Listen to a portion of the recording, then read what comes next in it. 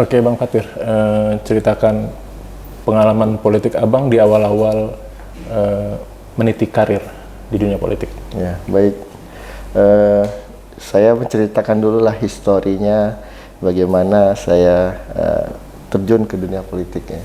Karena kedua orang tua saya, ibu bapak saya dulu seorang guru.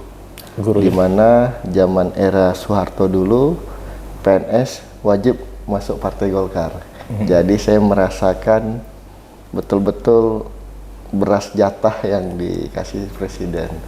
Nah, Jam era Soeharto ya? iya, zaman era Soeharto. Dulu guru gajinya tidak seperti sekarang. Jadi dulu gajinya ya cukup minim, terus sambil mengajar, setelah mengajar itu kan dulu guru banyak yang cari sampingan, ada yang mengojek, transport. Dulu di sini namanya transport, angkutan umum gitu ya.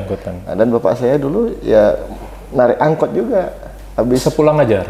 Sepulang ngajar. Oh gitu. Dan saya juga sehari-hari juga ikut jadi keneknya dulu, zaman dulu. Abang lu tinggalnya di mana kalau di? Saya dulu di tamat umur 6 sampai 13 tahun itu di Tanjung Ugat dulu. Tanjung Ugat. Ya. Setelah SMP saya pindah ke Batu Delapan. Dan dulu belum masuk listrik. Masih hutan belantara. Kalau sekarang kita lihat sudah maju lah, sudah di mana-mana kita lihat kiri kanan ruko. Dari rahim inilah mama saya bercerita, dulu ibu saya dulu penyanyi Golkar, dulu nyanyinya pilihlah golongan karya gitu kan. Nomornya nomor 2 kan, dulu kan 3 partai politik kan. 3 partai. Satu P3, golongan karya dan PDI. Nah, dasar-dasar itulah diamanatkan oleh kedua orang tua saya. Nanti kalau sudah sukses ya, dulu nama kecil saya di rumah, nama kesayangan Andri. Ya ikutlah berpolitik, tolong perjuangkan dunia pendidikan ini. Dari dasar itulah saya, karena sudah mapan di 2015 dulu, saya coba mengikuti terjun di dunia politik. Abang keluarga nggak ada yang orang politik? Keluarga tidak, keluarga semua dari dunia pendidikan. Jadi pendidikan. Bapak ibu sama-sama guru? Bapak ibu guru, dan keluarga bapak itu rata-rata guru dan dosen semua. Oh gitu. Iya. Gurunya guru apa itu? SD, SMP? Kalau almarhum bapak dulu SMA Negeri 2. Bapak almarhum. Iya. Kalau ibu pensiunan dari SMP 7, tapi terakhir jabatan di SMP 10 sebagai kepala sekolah. Oke, abang dapat ilmu politiknya dari mana? Dari organisasi, bangku kampus, biasanya kan gitu tuh. Iya. Kalau abang dari mana? Ya, yang pertama mungkin dulu di lingkungan keluarga juga sudah Golkar, jadi di bawah itulah kita dikenalkan oleh kawan-kawannya orang tua dulu. Jadi ada yang dewan juga. Terus setelah saya kerja, saya bergaul juga di organisasi, macam-macam organisasi kita ikut, termasuk sebagai aktivis juga.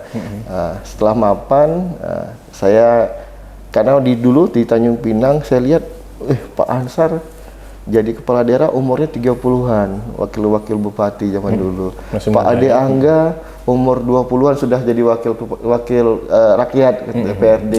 Nah, dasar-dasar itulah sebagai motivasi saya, wah ini saya juga muda gitu. Saya juga anak Pinang, jadi saya harus juga membangun kota Tanjung Pinang ya. Usia berapa abang terpilih sebagai anggota dewan? Pada usia saat itu dilantik di umur 32 tahun. 32 tahun. Ya. Tercapailah ya cita-cita yang ya di awal-awal karir politik abang ya. Alhamdulillah. Bang, sebelum terjun ke dunia politik, abang kiprahnya di mana nih? Saya saya dulu waktu tamat SMA, saya tidak langsung mengenyam dunia pendidikan. Karena memang dulu, ya saya ceritakan tadi, dulu zaman saya dulu gajinya sangat minim. Jadi ibu bapak saya lihat ekonomi belum stabil, saya merantau ke Surabaya. Nah, itu ekonomi itu susah sekali atau? Enggak, belum stabil saja. Belum stabil. Karena adik saya juga sekolah. Bayangkan saya dulu saya tinggal di Batu Lapan itu nggak ada listriknya. Nah, dasar inilah saya bilang, ibu, ayah, saya izin merantau. Nanti saya kabar sudah sampai di Surabaya. Waktu itu masih HP masih susah, Pak. Jadi komunikasi masih sulit ya? Masih sulit. Waktu itu selepas SMA. Sesuai SMA. Nah, saya merantau ke Surabaya. Saya dulu jadi cleaning service dulu di Rumah Sakit Dr. Sutomo. Oh gitu. Iya. Itu ditawarin kerja atau cari-cari akhirnya dapatnya cuma itu atau gimana? Iya, saya waktu itu berpikir apapun pekerjaannya waktu itu ya saya harus jalani. Karena ini memang tekad saya merantau, kita harus jadi sukses apapun pekerjaannya yang penting halal. Itu ditawarin atau abang Kita cari cari lowongan? Kita cari sendiri. Waktu itu pasrah aja, adanya itu jalanin. Adanya itu kita sikat. Gitu. Oke. Tugasnya apa aja bang di situ? Ya, kita di perusahaan itu atau di rumah sakit cleaning service. Di rumah sakit ditempatkan di bagian cleaning service. Cleaning service, ya. Apa aja tugasnya? Ya menyapu, ngepel, membersihkan lantai. Itu kita geluti lebih kurang selama setahun lah. Hampir setahun. Gajinya kalau boleh tahu berapa itu? Gajinya 210.000. Sebulan? Iya, jadi cukup itu waktu itu buat apa? Ya kalau di Jawa cukup ya, karena sekali dulu makan ya cuma 2.000 itu sudah pakai nasi ayam gede kan. Oh gitu ya? Ya, cuman mau pulang ke sini dengan 200.000 itu sudah habis untuk naik kapal. Nggak mungkin kan ya? Masih bisa nabung nggak dari segitu? Ya masih bisa nabung sedikit lah. Full time cleaning service atau ada kegiatan lain? Full time cleaning service. Karena saya dulu dari tempat saya tinggal ke rumah sakit itu sangat jauh. Jadi habis sholat subuh itu jam 3:30 di sana. Di sana kan waktunya lebih cepat. Subuhnya lebih cepat. Habis subuh saya berangkat sampai di rumah sakit itu jam 7 karena jauh. Jadi saya balik pun ke tempat saya tinggal sudah malam. Jadi itu apa? Transportasinya apa? Naik angkot gitu atau angkot apa? Dan 3 kali ganti angkot karena saking jauhnya. Ongkosnya berapa? Habis diongkos dong dengan gaji segitu? Ya kalau di sana kan murah ongkos masih zaman itu. Lebih kurang berapa ratus masih berlaku lah. Gitu ya. Tinggalnya di mana waktu itu? Sidoarjo baru. Ngontrak atau kos? Ada rumah saudara kebetulan. Oh gitu ya. Masih terselamatkan di situ juga ya. Terus apa dari cleaning service, abang? Dari cleaning service saya balik ke sini, ada tawaran di waktu itu di 57 Batu 57 itu ada perusahaan granit. Nah, jadi saya ditawarin dulu, waktu itu tidak masuk jam normal nih. Dulu saya tugas saya melihat di komputer, pantau pergerakan kapal yang ada di perusahaan kita. Oh, jadi kapal granit. Ya dari Batu 57 ke Singapura waktu itu. Jadi kita pantau. Nah, jadi jam kerja saya itu setelah orang pulang kantor baru saya masuk. Itu jam 8 malam sampai jam 6 pagi. Nah, itu background pendidikan itu ada? Nggak ada. Makanya saya bilang pekerjaan apapun kita jalani. Nah, jadi tugas saya hanya melapor kalau ada kapal-kapal yang melenceng, itu kita lapor. Nah, setelah dari itu berkembang. Itu berapa tahun di situ? Berapa lama? Lebih kurang selama 2 tahun. Jadi 2 tahun. Gajinya bagus lah ya? Oh, lumayan. Nah, sambil kita kan pulang kantor nih jam 7. Kebetulan di satu kantor itu ada kontraktor juga. Nah, jadi saya belum pulang ke rumah tuh, saya pulang kerja, saya belajar juga sama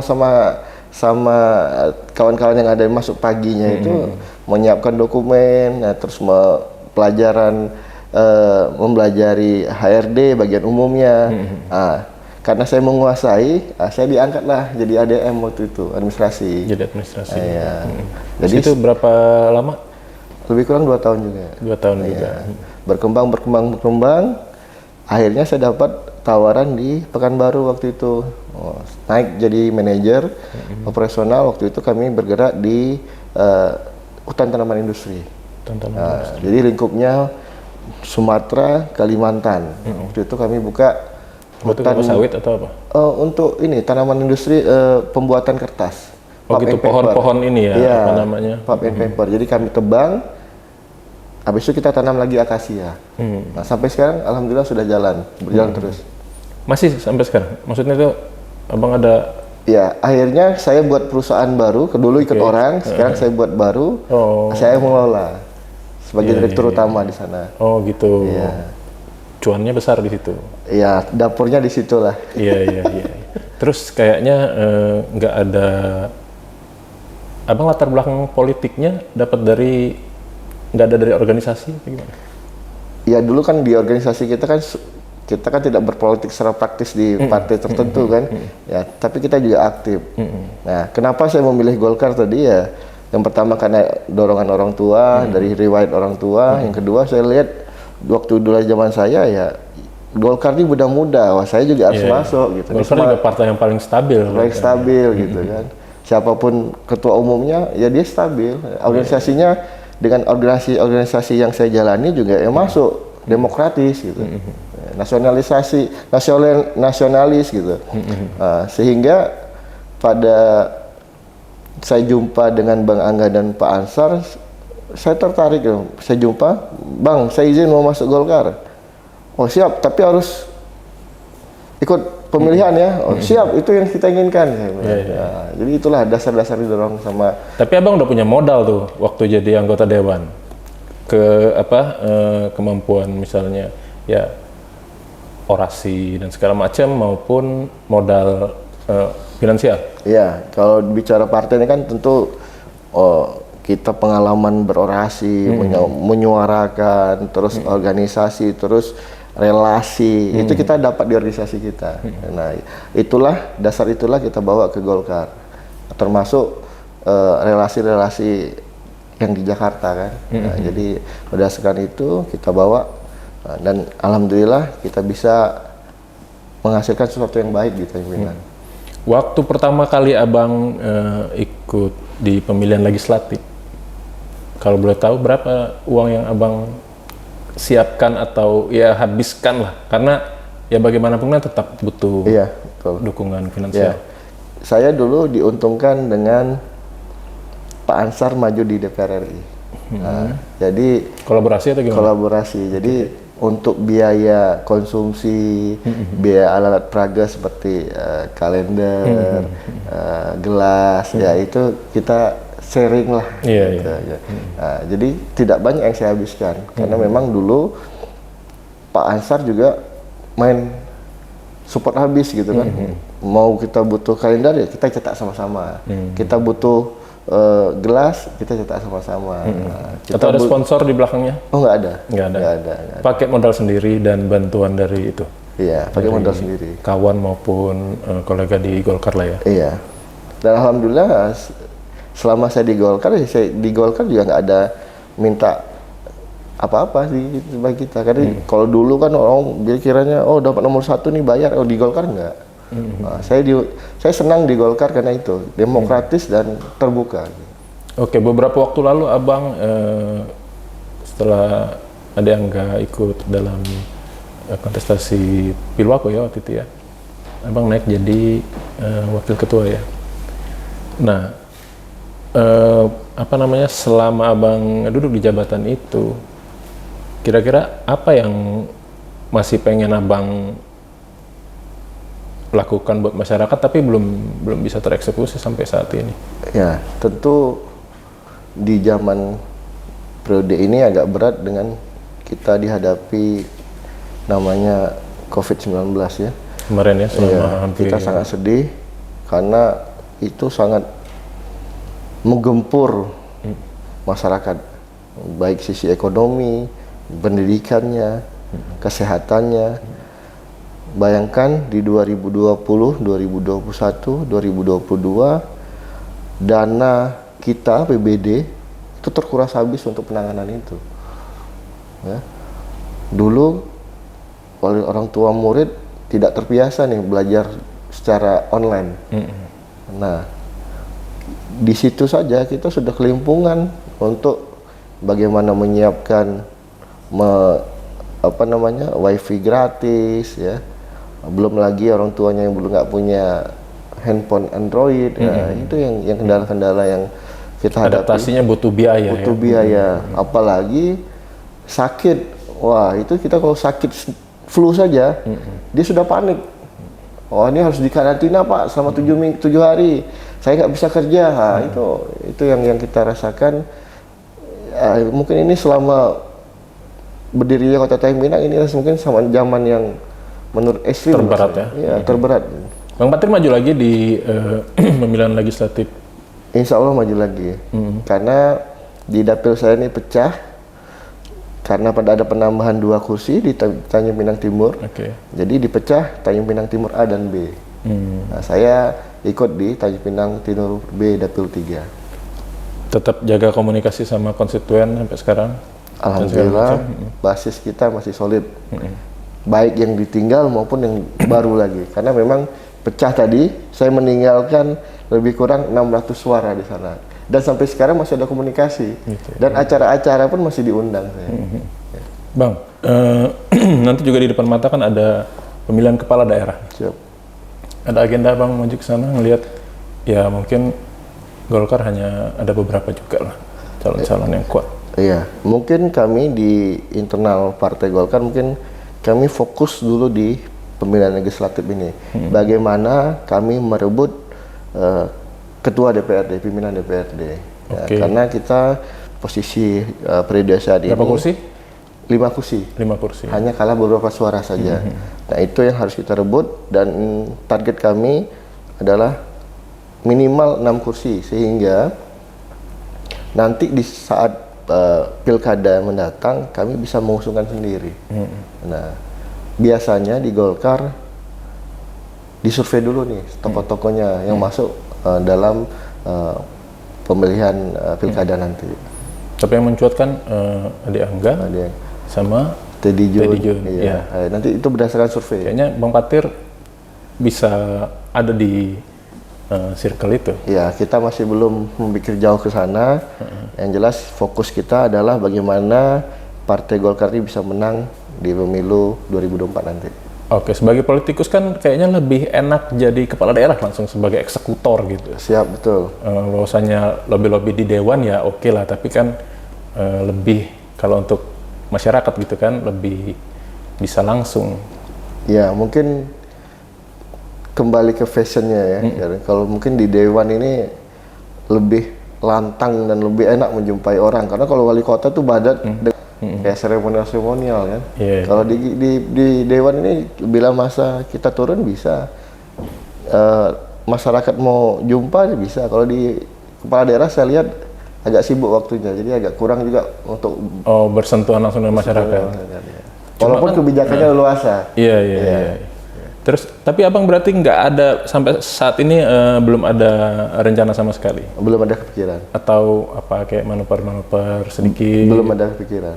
Nah, kita fokus dulu di Pileg 2024. Oke, sekarang ke politik nasional yang lagi seru-serunya nih kan. Caimin yang baru saja dibungkus sama Nasdem. Golkar nih posisinya secara nasional.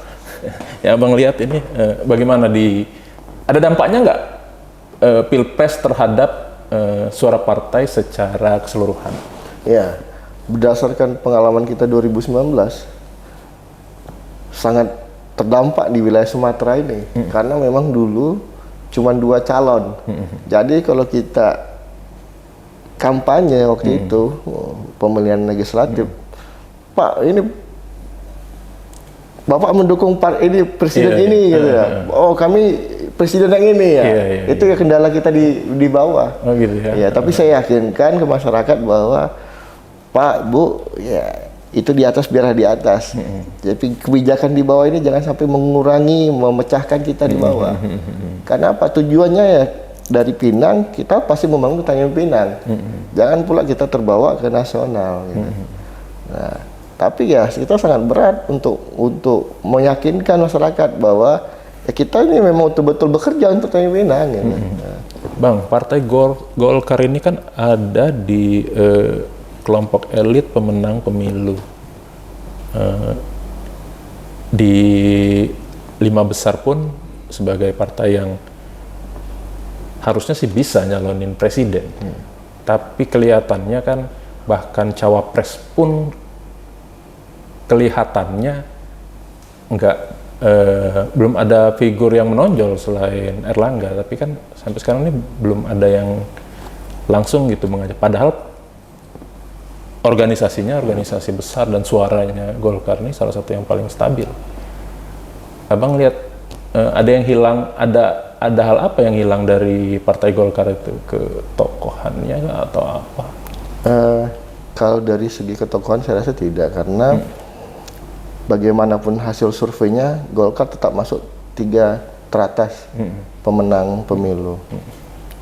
Ya artinya mungkin secara survei kita tidak bagus, tapi secara hasil bagus.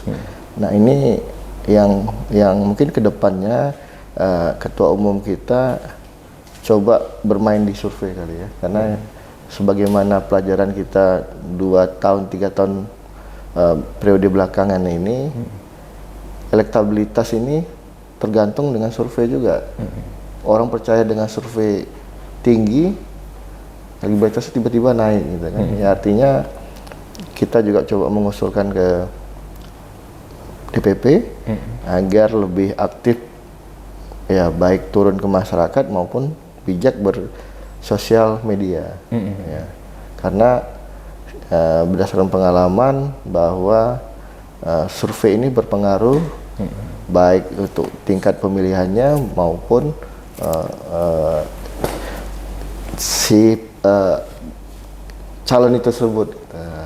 Abang kalau ngelihat capres-capres yang ada saat ini, ya memang kalau posisi gerbong lagi ada bersama Gerindra ya saat ini ya, bersama Prabowo ya. Menurut Abang, pendampingnya Prabowo lah kalau memang ini koalisi ya,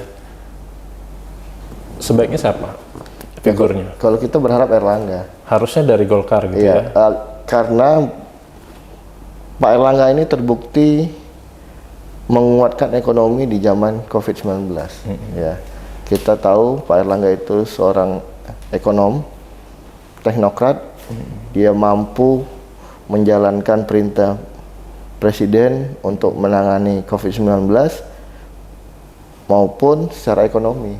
Jadi kita secara keseluruhan global dunia bahwa ekonomi Indonesia ini masih aman sampai sekarang. Ya berkat tangan dinginnya Pak Erlangga. Jadi jika diduetkan Pak Prabowo dan Erlangga, saya rasa ini pasangan yang komplit untuk Indonesia, baik segi ekonominya maupun kekuatan politiknya. Faktor cawapres sangat mempengaruhi juga capresnya ya? Ya, sangat kalau figur kan ya saat ini 3 lah yang membuka ya, Ganjar, Prabowo, dan Anies. Setelah Anies berpasangan dengan Muhaimin Caimin, yang lain ini belum nih. 2 calon ini nanti menurut Abang cawapresnya akan sangat menentukan. Sangat menentukan. Ya, apalagi di tengah belum usainya perang Ukraina dengan Rusia, ya pasti masalah ekonomi dalam 5 tahun ke depan pasti ekonomi yang harus jadikan ini utama ya. Pasti. Isu utamanya soal ekonomi. Iya, betul. Apalagi tangan pangan dan ekonomi kan. Bang, balik lagi ke ke Tanjung Pinang. Sama Bang jadi wakil ketua DPRD. Ya mumpung Abang juga ya oposisi lah, walaupun tidak oposisi langsung ya. Apa yang harusnya diperbaiki supaya kota Tanjung Pinang ini jadi kota yang benar-benar ya maju, masyarakatnya sejahtera, ya perekonomiannya baik. Saya berharap kepada kepala daerah baik sekarang maupun yang akan datang nanti, seharusnya kota Tanjung Pinang ini dibuat mau jadi apa. Seperti misalnya di Bintan itu dijadikan kota wisata, kawasan wisata ya. Kawasan wisata. Nah di Tanjung Pinang ini kita sangat terbatas lahan, terbatas sumber daya alamnya. Yang harus kita gali apa? Ya itu harus dipikirkan. Yang pertama mungkin kita lihat sekarang sudah menjamur kampus-kampus yang ada di Kota Tanjung Pinang ya, Umrah, Sisipol, STIE, apa lagi yang di Batu Dua, STTI ya. Nah ini Tanjung Pinang juga bisa menjadikan kota pendidikan seperti Jogja. Karena suasananya udah cukup mendukung ya. Sudah cukup mendukung karena di Jogja dengan adanya kota pendidikan tumbuh ekonomi UMKM, ya kan? rumah kos, makanan, ya kan, ya, dan lain-lain. Itu bisa tumbuh. Nah, yang kedua, jadi Tanjung Pinang butuh kekhasan ya. iya, kekhasan. Yang kedua juga sudah mulai dipikirkan Tanjung Pinang ini semua sudah ada. Kogab Wilhan di sini, ya. Ko Armada 1 di sini. Nah, artinya sudah harus diperkembangkan. Ini selain kota Representasi pusat ada di sini. iya, semua di sini. Jadi harus betul-betul dikembangkan dan harus ada sinkronisasi antara wali kota, gubernur. Nah, kalau tidak ada sinkronisasi, saya rasa kota Tanjung Pinang ya begini-gini saja, lambat berkembang. Itu dia kayak masukan dari beberapa pengusaha, misalnya contoh kelompoknya Aston itu salah satu alasan buka usaha di sini juga karena melihat prospeknya Tanjung Pinang sebagai ibu kota dan ya banyak representasi pusat di sini ya. Tapi yang kita rasakan masih Belum jauh lah. masih belum jauh. Makanya Abang maju maksud saya. Ya, siap, nanti kita fokus dulu di pelet. Nanti kalau sudah hasilnya bagus, insya Allah kita siap. Siap. Terima kasih waktunya Bang.